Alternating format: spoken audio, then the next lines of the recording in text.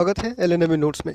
इस वीडियो में हम लोग बात करने वाले हैं LNMU UG fourth semester exam form BA BSc BCom session 23 से 27 के बारे में। ठीक है, ललित नारायण मिथिला यूनिवर्सिटी दरभंगा एलएनएमयू दरभंगा ने सेशन 23 से 27 के सेमेस्टर 4 का फाइनल एग्ज़ाम का जो है वो फॉर्म भरना स्टार्ट हो चुका है। लिंक एक्टिव कर दिया गया था कल ही, और फॉर्म में जो कुछ सब्जेक्ट का कन्फ्यूज़न होने के कारण से आप लोगों को नहीं बताया गया था, और फॉर्म भरने का लिंक दे ही दिया गया था। 22 तारीख को डेट था, लेकिन 23 तारीख को एक्टिव किया गया, और बिना फ़ाइन को जो है वो आप 28 तारीख तक 28 नवंबर 2025 तक भर सकते हैं। फ़ाइन के साथ 29 नवंबर से 2 दिसंबर तक भर सकते हैं।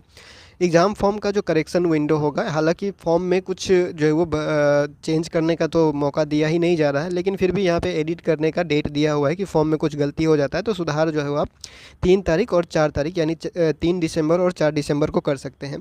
सेमेस्टर 4 का जो फाइनल एग्ज़ाम स्टार्ट होगा वो होगा आप लोगों का 8/12/2025 से। ये फिलहाल संभावित तिथि है, यानी कि प्रपोज डेट है, प्रस्तावित तिथि है।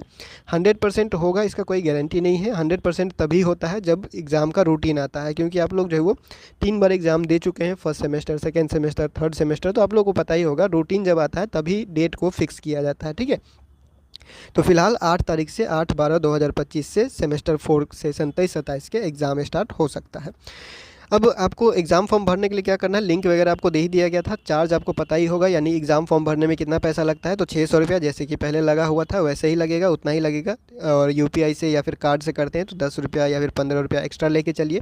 ठीक है, उसके बाद आपको जो एग्ज़ाम फॉर्म भरने का जो लिंक होगा वो आपको कमेंट में मिल जाएगा, आपके पास होगा या फिर किसी ग्रुप से आपने लिया होगा, तो उसमें भी आप जो है वो क्लिक करके भर सकते हैं। उसके लिए आपको जो है वो फॉर्म भरने के लिए आपको यूनिवर्सिटी का रोल नंबर चाहिए, मोबाइल नंबर या फिर डेट ऑफ बर्थ चाहिए। ठीक है, उसके बाद एईसी सब्जेक्ट में कन्फ्यूज़न था एनसीसी और एनएसएस में। ठीक है, बहुत लोग क्या बोल रहे थे कि एनएसएस का एग्ज़ाम कॉलेज में दिए हुए हैं या फिर कॉलेज में एडमिशन लिए तो एनएसएस लिए थे या फिर स्पोर्ट्स लिए थे या सोशल सर्विस लिए थे, कोई अलग सब्जेक्ट लिए थे, लेकिन इसमें जो है वो एनसीसी ही दिखा रहा है। ठीक है, तो ये भी आपका कन्फ्यूज़न दूर करते हैं। उसके बाद ऑनलाइन पेमेंट वगैरह सारा कुछ जो है वो सेम ही रहता है हर चीज़ में। ठीक है, तो आगे बढ़ते हैं। तो आपको कमेंट में लिंक मिल जाएगा, या फिर आपके पास है तो आप डायरेक्ट वहाँ पे क्लिक करके आ सकते हैं, या फिर इस पोस्ट का लिंक जो है आपको दिया ही गया है। तो ये पोस्ट ओपन होने के बाद सबसे लास्ट में आइएगा, यहाँ पे लिखा हुआ है semester 4 session 23-27 exam form login. ठीक है, इस पर आपको क्लिक करना है। क्लिक करने के बाद जो यूनिवर्सिटी का ऑफिशियल वेबसाइट है, under graduate exam form semester 4 for session 23 से 27, यहाँ पे आपको रोल नंबर देखने को मिल जाएगा, मोबाइल नंबर और डेट ऑफ बर्थ का ऑप्शन मिल जाएगा। ठीक है, आपको यहाँ पे क्या करना है, अपना एडमिट कार्ड से देख के रोल नंबर भरना है, यूनिवर्सिटी वाला रोल नंबर। उसके बाद मोबाइल नंबर या फिर डेट ऑफ बर्थ दोनों में से कोई भी एक जो है वो डाल के लॉगिन कर सकते हैं। ठीक है, तो मोबाइल नंबर पर क्लिक कीजिएगा तो यहाँ पे मोबाइल नंबर मांगेगा, और अगर आप डेट ऑफ बर्थ पे क्लिक कीजिएगा तो यहाँ पे क्या डेट ऑफ बर्थ मांगेगा। ठीक है, उसके बाद दोनों में से कुछ भी जो है वो एंटर करके यहाँ पे लॉगिन कर लीजिए। लॉगिन करने के बाद कुछ इस तरह से पेज खुलेगा, जहाँ पे आपका नाम और आपका रोल नंबर यहाँ पे दिखाई देगा। उसके बाद नीचे आइएगा तो नीचे एग्ज़ाम फॉर्म का ऑप्शन, पे एग्ज़ाम फ़ी का ऑप्शन, उसके बाद प्रिंट एग्ज़ाम फॉर्म का ऑप्शन आपको दिखाई देगा। 3 ऑप्शन दिखाई देगा। सबसे पहले आपको क्या करना है, एग्ज़ाम फॉर्म में आपको क्लिक करना है, यहाँ पे पेंडिंग लिखा हुआ है, इसको कंप्लीट करना है। ठीक है, तो यहाँ पे आपको क्लिक करना है। इस पर क्लिक कीजिएगा तो आपका फॉर्म इस तरह से खुल जाएगा, और फॉर्म में करना कुछ नहीं है, कुछ भी आप नहीं बदल सकते हैं। जो आपने पहले दिया हुआ है सारा डिटेल वैसे ही आपको यहाँ पे दिखेगा। ठीक है, आपका रोल नंबर हो गया, फिर ABC ID हो गया, स्टूडेंट का नाम हो गया, फादर्स नेम हो गया, मदर्स नेम हो गया, जेंडर हो गया, फिर कैटेगरी हो गया। ठीक है, उसके बाद यहाँ पे मोबाइल नंबर है, ईमेल है, ये सब कुछ पहले वाला ही है, फ़ोटो है, सिग्नेचर है, सब कुछ पहले वाला ही है, कुछ इसमें चेंज नहीं कर सकते। आपका कॉलेज का नाम, रजिस्ट्रेशन, आपका MJC सब्जेक्ट, मेजर सब्जेक्ट, उसके बाद यहाँ पे मेजर सब्जेक्ट 3 पेपर यहाँ पे आपको दिख रहा होगा। ठीक है, उसके बाद आता है माइनर सब्जेक्ट। और AEC सब्जेक्ट का जो कन्फ्यूज़न है कि NSS ही दिखा रहा है, इसमें चेंज करने का कोई ऑप्शन नहीं दे रहा है, तो NCC ही आपको लेना है, मतलब सबके लिए NCC ही है। ठीक है, दूसरा सब्जेक्ट आप नहीं ले सकते।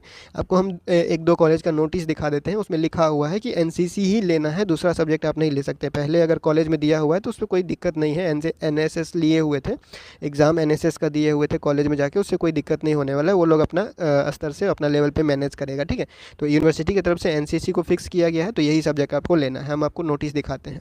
देखिए यहाँ पे लिखा हुआ है, महाविद्यालय के सभी विभागाध्यक्ष एवं छात्र छात्राओं को सूचित किया जाता है कि स्नातक सेमेस्टर 4 सत्र 23-27 के परीक्षा फॉर्म में अनिवार्य रूप से AEC 4 में NCC विषय का ही चयन करना है, और ये है GD कॉलेज बेगूसराय का नोटिस। ठीक है, आगे बढ़ते हैं तो एक और नोटिस एक कॉलेज का यहाँ पे आपको दिखा देते हैं। ये है SBSS कॉलेज, ये भी लिखा हुआ है स्नातक चतुर्थ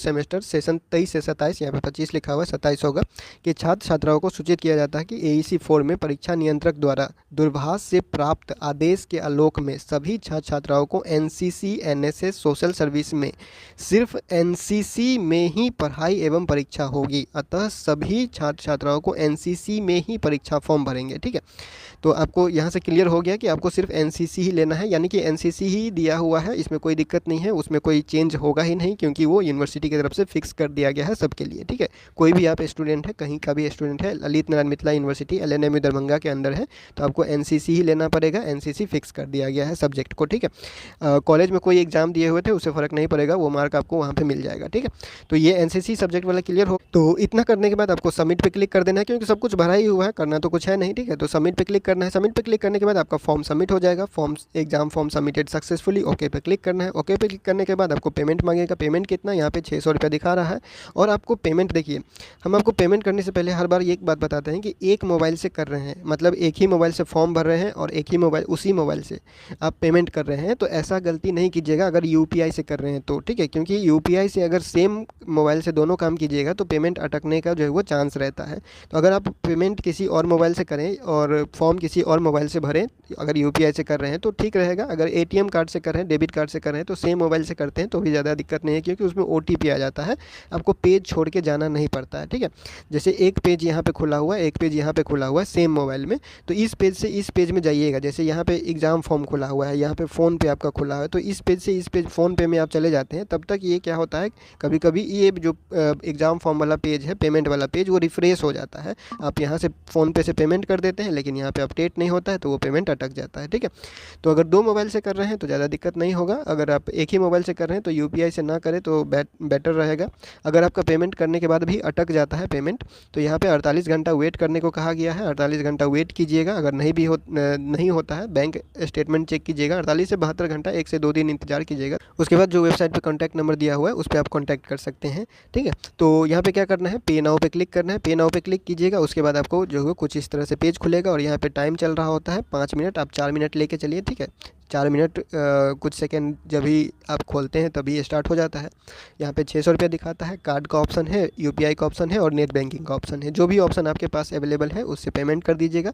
पेमेंट करने के बाद एग्ज़ाम फॉर्म यहाँ पेंडिंग दिखा रहा था, वो एग्ज़ाम फॉर्म यहाँ पे कंप्लीट हो जाएगा, क्योंकि आपने एग्ज़ाम फॉर्म वाला काम कर लिया। ठीक है, एग्ज़ाम फॉर्म वाला काम करने के बाद कंप्लीट हो जाएगा। पेमेंट में यहाँ पे अगर पेमेंट होने के बाद पेमेंट कर दिए हैं लेकिन फिर भी यहाँ पे पेंडिंग बता रहा है, तो तब आपको क्या करना है।